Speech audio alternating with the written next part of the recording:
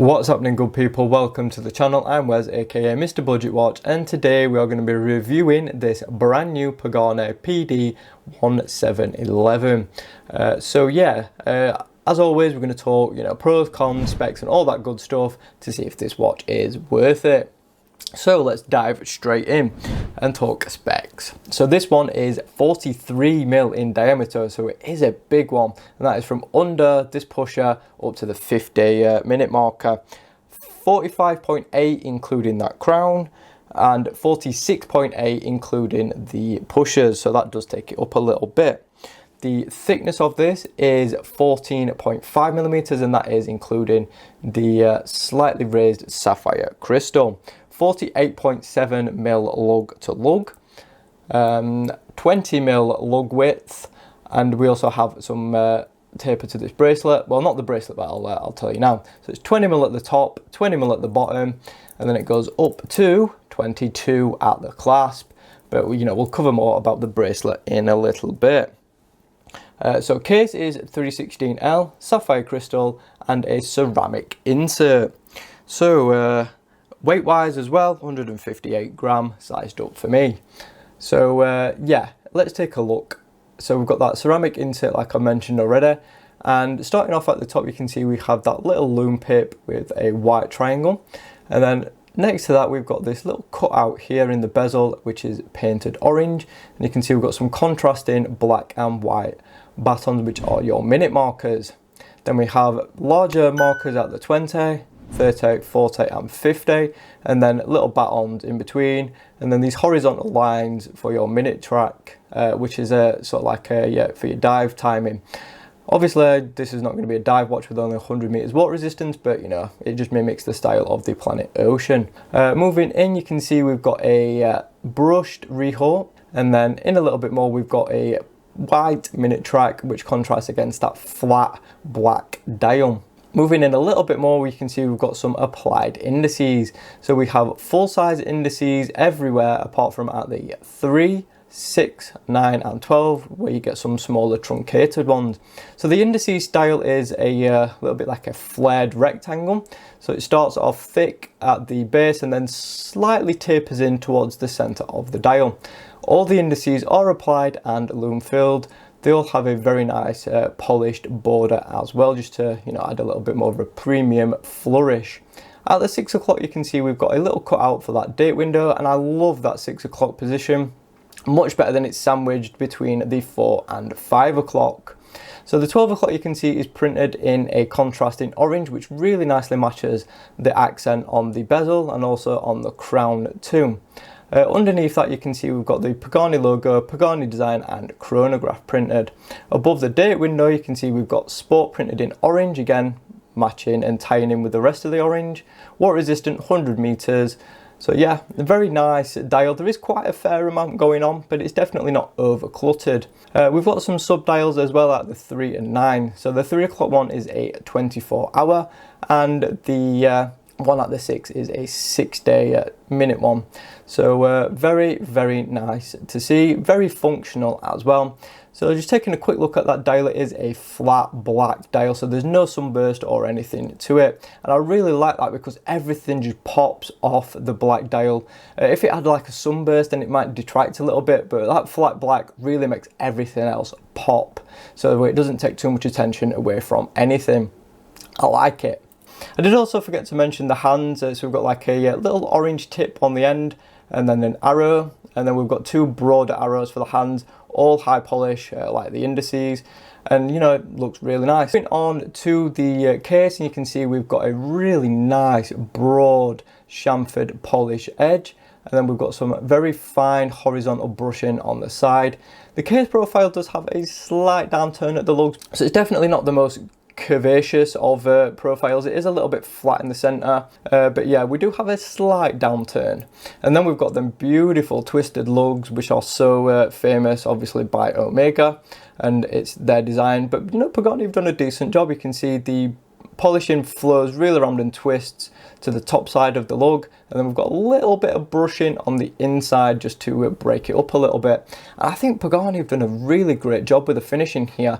The polishing is really nicely done, the brushing is very nicely done, And for the price point, I am impressed. Then we get on to this side and you can see we have your crown with that again. Another little splash of orange, very nice. Also love the knurling and grip on this crown. It is signed. We've got this sandblasted center and it's also polished too. And then we've got two pushers with these again like same knurling. These aren't screwed down, by the way, they're just regular pushers, so you can just push them straight away. And then we've got that same really high quality finishing, which I'm super impressed by the way, especially for the price point. Looking at the bezel edge, which we've got to mention earlier, it's sort of like a coin edge style, but we'll talk about you know, action in a little bit. So you can see we've got some high polish on the pushers, and we're going to just you know, demonstrate how easy all this is to use in a short while. So flipping it round to that case back, you can see we've got a brand new design. So we've got a little diver's helmet in the center with like a sand blasted finish. We've got some specifications around the edge and then some more artwork and design work bordering that. It's very, very nicely done and probably one of my favourite case bikes that Pagani have ever done. It's really nice that they're stepping up the game in this department. You can also see screw down as well, which is always nice to see. Moving on to the bracelet, we've already mentioned that it's you know, got no taper apart from that little step up at the clasp, but that's pretty normal. So this bracelet does have solid end links, which you can just see right there if my camera focuses. Yep, so we've got solid end links, solid links, and push pins holding it all together. Now this is a faux style bracelet. Now the Omega is proper separate links, whereas this one is not. It's just mimicking that same style. So we've got brushing and polishing for your finishes, but it's all one link. It's not separate links like you get on the Omega. But again, I can't really fault it for the price point. There is one thing I do also like about this bracelet, which I'll talk more about in a second. You'll also see something a little bit strange about this bracelet, and that is this sort of flat edge on the end link. So it is female, so it doesn't stick out too much, but you just see how flat it is. It's very, very peculiar. I'll show you how that affects comfort in a little bit. But yeah, it just sort of stops dead. It doesn't really follow the curvature of the lugs. Yeah, so it's a little bit strange. I've never seen end links like that before, but maybe you guys have, so let me know down in the comments if you have. But you can just see how it makes the bracelet sort of fall. It's very, very peculiar. But anyway, the other thing I like about this bracelet is all the sides are brushed. No high polishing, thank you. You can see we've also got 3 micro adjusts and those double security pushers. Really nice design clasp as well. So we've got brushing and then we've got these little accents of high polish which follow perfectly in line with the polishing on the bracelet. It's just a really cohesive design. You can see we've got the Pagani branding there and it is milled. A couple of little tiny issues with this bracelet. I have noticed that sometimes it's a little bit awkward to close. It doesn't want to, and you have to give it quite a firm press. Also on occasion, you know, the pushers do get a little bit stuck. I've noticed when it like gets really warm, it seems to do that. I don't know whether it's as the metal expands, it just gets a little bit harder to open. But sometimes, you know, you just have to give it a really firm press and push the pushers a couple of times just to wiggle it loose. So yeah, not perfect, but it's good. I love the new design of this one as well. This is probably the only design you're going to see it on, obviously, because it flows really perfectly with that bracelet. But yeah, I'm mixed about the clasp. It's good and bad as well. So let's talk about in use and you know, how everything works. Taking a look at that action, it is actually very, very easy to manipulate this bezel. Very loud too, I have noticed. The action is, you know, is really easy. It does knock quite easily though, so if you accidentally knock it, it is going to move. So that's, you know, definitely a pro. Because it's easy to use, but also a con. It doesn't actually quite line up perfect either. I know I've just missed alignment, but it does actually sit ever so slightly to the left. Also in places, as you can see, there is a bit of wobble and back play. So that is pretty typical from Pagani. You know, their bezels, they're getting better, but they're still not perfect. So it's basically just like a normal chronograph. You've got your screw down crown here. So you just give it a little unscrew. Very, very easy to use crown, by the way. The grip is fantastic. It's a good size diameter too. I did forget to measure it before the review, so I'll pop it on screen now. It's a very, very easy crown to use though. One other little tiny issue with the crown, you can see there is a little bit of play and wobble in it. It's definitely not concerning or you know, a deal breaker by any means, but yeah, just be warned. It is a touch wobbly on my sample. I don't know if all of them will be like that. So one pull out of this, it actually does the date. I'll just have to move the hand out of the way first, and then we'll just pop it back in. And oh, I've pushed it in too much. There you go. You can see we've got that quick set date, and it is very, very quick to use as well, thanks to that movement inside. But more on that later. And then adjusting the time, super easy, really nice and smooth. Again, we've just got that little bit of play in the crown there. So maybe I'll have to reach out to Pagani about that. But yeah, a little bit of play, but nothing drastic. But yeah, really, really smooth to adjust the time. No complaints really in this regard. You can see the 24-hour moving in time with those hands as well. So yeah, very nice. And then to push it back in, you know, just give it a little push and then screw it back in. As for your actual chronograph, one firm push sets it off, and you can see it is sweeping away because it does have a mecha quartz movement inside. Press it again firmly to stop it, and then we push it back, and you can see it flings back into place. So now we've talked about, you know, in use and everything, let's pop this on wrist, show you what it wears like. Right guys, so here it is on my 6-inch wrist, and before we get into comfort, you can see the lack of AR coating on this crystal. A little bit of a shame, but I can forgive it for the price point. Anyway, back to how it wears, and you can see that it is a little bit big on my 6-inch wrist. We do get a smidge of lug overhang at the top and a little bit at the bottom. And that is because, you know, we do have some fairly long lugs for my slim wrist. If you've got a 6.5-inch wrist and above, I would say this one is going to fit you a lot better. We've also got that really large diameter too, which does take up quite a big, you know, portion of my wrist. So yeah, it does sort of fit. We do get a minuscule amount of overhang, but yeah, definitely one for you guys with bigger wrists than myself.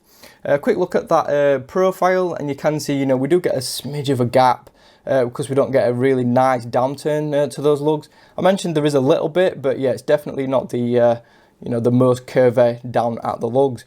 You can also see that end link right there. Little bit strange how that wears, to be honest. You can see it just sort of stops dead and then tapers back out again. It's very, very peculiar and does make it look a little bit weird on my wrist. So if you've got a thicker wrist than myself, I'd definitely wait for, you know, other people to get hands-on with this with thicker wrist than myself, just to see if that is still a problem. Because to me, that sort of makes it look a little bit weird. I don't know what it's like on a different strap, but on this one, you know, you do get that weird look. It's just really strange. I've never seen anything like it before. I don't know if the Planet Oceans is exactly the same. Obviously, I can't afford a Planet Ocean, but yeah, a little bit peculiar that. As for actual comfort though, it is a very comfortable watch. The weight isn't a massive factor either because, you know, it's all distributed throughout the bracelet, and the head, you know, even though it's quite a thick watch, because there's a nice sort of balance in the bracelet as well and a bit of weight there, it doesn't really wear top heavy. I bet it would on, say, a NATO or something like that. It'd probably be a little bit more top heavy then. But, you know, on the bracelet, I don't really think the weight is that big of an issue. It is a very, very comfortable watch. I like the ergonomics. I think the bracelet is really nice and comfortable. You know, there's good articulation in the links. It flows with my wrist really nicely. You know, the clasp fits pretty well. There's, you know, no gap underneath whatsoever. The clasp isn't too long either, so that doesn't cause any discomfort. So it is, even though it's a big watch for me, it does fit and wear really nicely. So yes, you could technically get away with it with my size wrist, but I would say it probably would look nicer on bigger wrists. So now let's pop this off and talk about the Lume and the movement. So if you know your Pagani watches, you know that the Lume is one of their Achilles heels, and unfortunately it is the same with this one. Yes, they are making strides, it is getting better, but it's still not quite there yet, especially compared to some other rivals. So I will note that the indices are very bright and they do last a good amount of time. They've got a pretty good staying power. It's just the hands that let it down. Because the area of Lume is so small, they've not really been able to pack enough Lume material in there, and the hands just don't get bright enough, unfortunately. So it does let the whole thing down. So yeah, I like the colour and the hue. I think you know, they've done pretty well with that, but there just definitely needed to be more Lume material in those hands. The little chronograph hands, bless them, they do try, but they're, yeah, you know, they don't really cut the mustard either. But yeah, the Lume is getting better. They are making improvements. It's just the hands this time are slightly letting them down. It seems to be with Pagani, what they do is they sort of do one quite well and then the other sort of falls down. So I think they need to, you know, go back to the drawing board and try and get this Lume better. I wouldn't mind if it increased the prices even, but you know, it just needs to be a little bit better. Quickly, let's talk movement, and we've already showed you in use, but it's the Seiko VK64 Mecha Quartz. So we have a up to 3-year battery life, 0 joules. It is a tuning fork style. You can do your research on that to see why that's important. Plus to negative 20 seconds per month, and that is, you know, about spot on with what I've timed so far. And it's using an SR9 36SW battery if you ever need to replace them. So as I mentioned already, you know, it's a really good quality movement. Everything is working fine. Just like I said, we've got that little crown issue, but that is nothing to do with the movement. The movement is accurate. It's really quick to adjust, really smooth in use.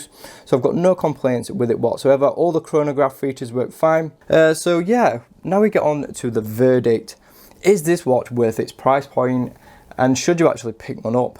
Well, if you wait till the 1111 sales, which are coming up very soon, this watch is going to be just over £60, and for that I would say go for it. It is a cracking watch for that price. The finishing is probably the best I've ever seen on any Pagani, you know, irregardless of the price. I've had, you know, ones Pagani's costing £100, and this is better finished than that. So, you know, they're definitely improving in near enough every area, apart from, you know, one area that is important, and that is the Lume. They are sort of falling down in places as well, unfortunately. Like, you know, every watch has got its issues.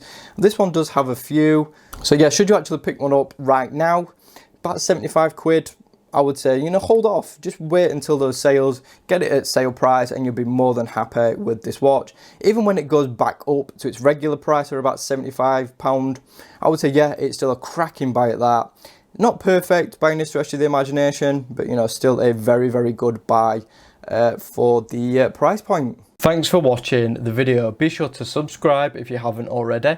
Like the video if you enjoyed it. Hit that notification bell so you don't miss any uploads. And of course, follow me on social media at Mr. Budget Watch. Thanks again. I'll see you soon.